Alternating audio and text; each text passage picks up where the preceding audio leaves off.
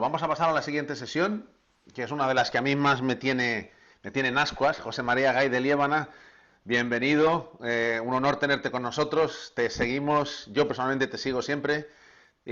José María Gay de Liébana es profesor de Economía de la Universidad de Barcelona, un economista ya muy conocido en España, y nos va a hablar de repensando el futuro económico.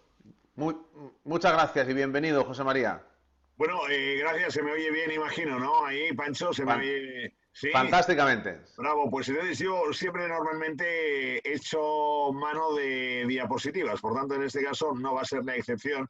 Y como tengo que hablar de economía, digo, pues déjame aquí ver un poco a ver cómo está el panorama para que todo el mundo se pueda hacer una composición de lugar. Por tanto, en primer lugar, saludar a toda la audiencia y luego, simplemente porque el tema es económico y en ese cuarto de hora que tengo, pues bueno, simplemente darles unas pinceladas, ¿no? Aquí está el ranking de las grandes economías del mundo, lo digo para que ustedes tengan una referencia. En el mundo, todo lo que se generó el año pasado de Producto Interior Bruto, es decir, toda la producción de economía que se hizo fue de 74 billones de euros. Y tal y como pueden ver, pues aquí hay una serie de potencias, ¿no? Está, digamos, es el cuadro de honor de las potencias económicas. En primer lugar aparece Estados Unidos. Ven que la segunda potencia es la Unión Europea de los 27, la cual no valoramos adecuadamente. Luego estaría China, luego estaría la zona euro, es decir, formando parte, evidentemente, de la Unión Europea, pero lo digo para que también sepamos valorar lo que sería el enorme potencial y el protagonismo de la zona euro. Y luego hay una serie de países como Japón, Alemania, atención a India, que ya ha avanzado, ha hecho el sorpaso con respecto a Reino Unido, Francia, Italia. Y luego tenemos Brasil, Canadá, Rusia, Corea del Sur, España, Australia y bueno, y una serie de países hasta Suiza que conformarían el cuadro de honor. Nosotros, cuando empezó este año 2020, estábamos preocupados por lo que había sido el cariz, un poco cari acontecido del año 2019, con el conflicto entre Estados Unidos y China, que aunque se dice que es comercial, en el fondo sabemos que es tecnológico y castigaba prácticamente todas las economías mundiales y de una manera muy sensible a la economía europea, porque la economía europea es la más aperturista de todas, la más abierta de todas, la que está más en lo que sería el mundo a través de su posicionamiento global, pero también a través de las exportaciones. Y ahí estábamos haciendo cábala sobre lo que sería el año 2020, en donde veíamos, está en color rojo, que habría una cierta recuperación de la economía. Hablábamos de que la economía dejaría atrás lo que había sido la caída, suave caída, pero caída al fin y al cabo del año 2019 debido a esas tensiones comerciales y este año crecería la economía mundial el 3,3%. Luego que las economías avanzadas, nosotros, por ejemplo, creceríamos a un ritmo del 1,6%. Esto es poquito, sobre todo si lo comparamos al ritmo que se preveía que iban a crecer las economías emergentes. Y bueno, y estábamos hablando del Brexit, de las políticas monetarias acomodaticias, etcétera. Y de buenas a primeras resulta que todo esto no sirve para nada porque aparece este bichito, ¿no? El coronavirus de la puñeta, y el coronavirus pues ha dado evidentemente al traste con lo que era todo tipo de previsiones. Bueno, las perspectivas económicas se han visto destrozadas. Yo creo que aquí hay también alguna reflexión que tendríamos que hacer por parte de lo que sería el mundo occidental. Nosotros, en nuestro mundo occidental, sobre todo en este primer mundo, igual nos creíamos que estábamos un poco por encima del bien y el mal, es decir, que aquí una epidemia, una plaga que podíamos incluso llegar a calificar del medioevo no nos podía perjudicar, que estábamos inmunizados y al final nos hemos dado cuenta de nuestra condición ínfima, en este caso como seres humanos, mísera y además vulnerable, ¿no? Y el virus nos ha afectado, nos ha castigado a tantos y tantos y tantos y hemos tenido tantísimas desgracias y tantos fallecimientos. Pero fíjense bien que aquí yo creo que quizás fallamos los economistas y yo en tono en mea culpa porque no tuvimos la capacidad de predicción o de previsión de lo que podía ser, digamos, un cisne negro, ¿no? Porque esto es lo que nosotros los economistas llamamos un cisne negro, que de repente irrumpe en el lago de los cisnes blancos.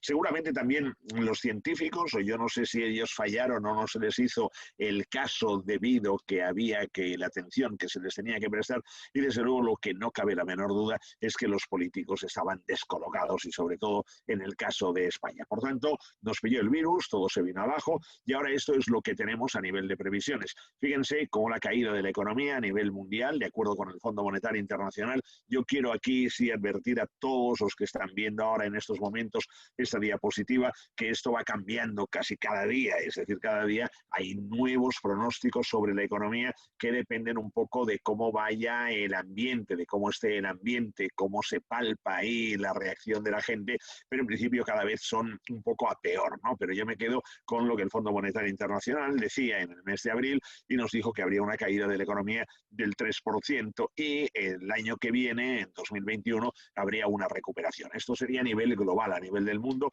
En cambio, tal y como podemos ver, las economías avanzadas, donde estamos nosotros, ahora voy a ir detallando algunas economías, caerían de una manera abrupta. El año que viene la recuperación no sería suficiente como para absorber ese, digamos, hundimiento de la economía en 2020 y en cambio las economías emergentes pues caen poco este año y el año que viene ya vuelven otra vez a coger lo que sería un ritmo de velocidad realmente bueno. Aquí tenemos una perspectiva de lo que serían las proyecciones de crecimiento de la economía y de caída también. Vemos Estados Unidos, la caída que se va a producir es una caída, digamos, bastante apoteósica, puede verse complicada por los incidentes que ahora vive Estados Unidos y en cualquier caso en 2021 la duda es si será capaz de rehacerse de lo que ha sido esta caída. La zona euro apunta peor. Ayer Christine Lagarde presentaba lo que es una previsión ya casi del 9% de caída, pero no descarta que incluso pueda ser del 10% y el año que viene la recuperación todavía no va a ser lo suficientemente fuerte como para, digamos, compensar esa pérdida que ha habido. Japón, ahí está, Reino Unido, está Canadá y tenemos también lo que serían la zona euro, los países que son el entorno de España y España. Aquí fundamentalmente Alemania, que tenía una previsión marcada del 7% para este año de caída, pero en principio puede reducirse a lo que sería el 3%. Lo digo porque Angela Merkel está poniendo en marcha una serie de mecanismos interesantes a través de palancas fiscales, de ayudas a las empresas, de créditos, de inversiones, y esta ayuda, Francia más o menos puede tener una caída que sí, efectivamente, sea del 7,2 y desde luego Italia y España son países castigados. De hecho, ya en las últimas predicciones que hay, España sería un país más castigado porque incluso se llega a barajar que la caída de nuestra economía este año puede ser del menos 15%, por tanto estaríamos ante un auténtico derrumbe de la economía española.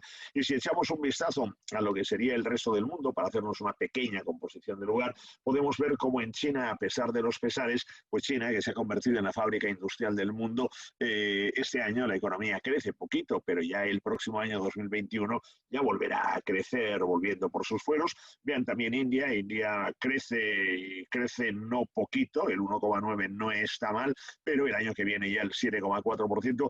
Y hay un grupo de países que es ASEAN, en lo cual el acrónimo de ASEAN es de la Asociación de Naciones del Sudeste Asiático, con 5 representantes máximos, en este caso, que son Vietnam, Tailandia, Malasia, Indonesia y Filipinas, que de hecho han recogido el testigo industrial de lo que es China. Lo digo porque cualquiera de nosotros cuando mira las prendas deportivas y sobre todo las zapatillas deportivas que usamos, normalmente lo que antes era Made in China, ahora es Made in Vietnam o Made in Filipinas o Made in Malasia. Fíjense bien cómo estos países este año bajan un poquito, pero ya el año que viene recuperan las pulsaciones.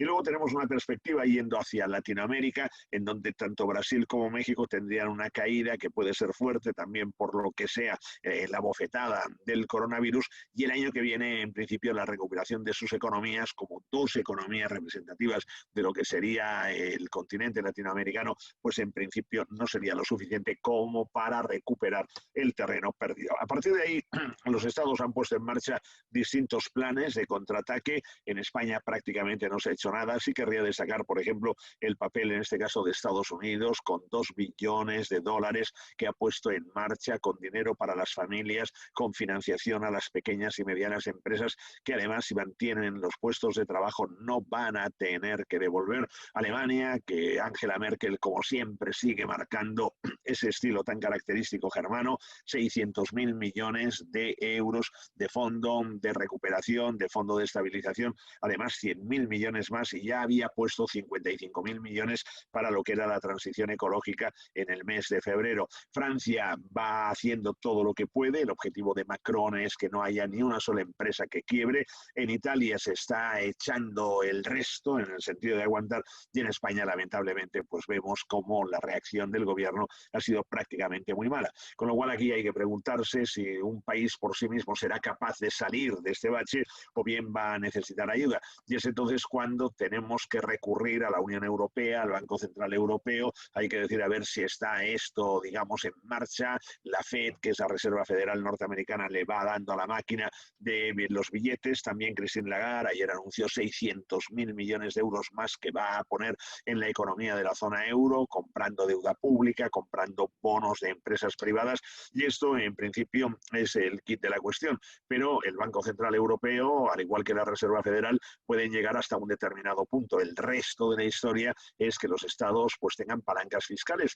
¿Y qué son las palancas fiscales? Pues tener en definitiva unas cuentas públicas saneadas que permitan ayudar a las empresas a través de lo que sería pues condonaciones de impuestos, ayudas, subvenciones a fondo perdido, y luego también con la posibilidad, si tienes una deuda que tenga una moderación, tienes capacidad de endeudamiento, pedir deuda para en definitiva que revierta, que vertirla en lo que sería el sector privado. Bueno, aquí en Europa nos encontramos que estamos en España pues hablando de la solidaridad europea, de lo que sería la mutualización de la deuda, de que nos ayuden, de que desde el norte nos den dinero pero a cambio de nada, y la verdad se ha dicho que el norte dice, oiga, vamos a ver, nosotros somos los halcones, ustedes son las palomas, el sur, España e Italia, pero aquí hay una cuestión muy clara, nosotros hemos hecho los deberes, nosotros tenemos una deuda que está controlada, tenemos un déficit público que está controlado, aquí están los datos de nuestra deuda pública, y claro, ustedes vienen ahora a pedir el dinero, y el dinero lo tenemos que poner nosotros,